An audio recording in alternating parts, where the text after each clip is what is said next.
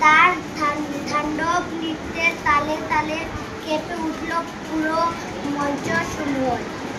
নটরাজের শিব যেন নিত্য প্রতিবার অনুষ্ঠানের নানা পর্যায়ে এই শিল্পী প্রদর্শন করতেন।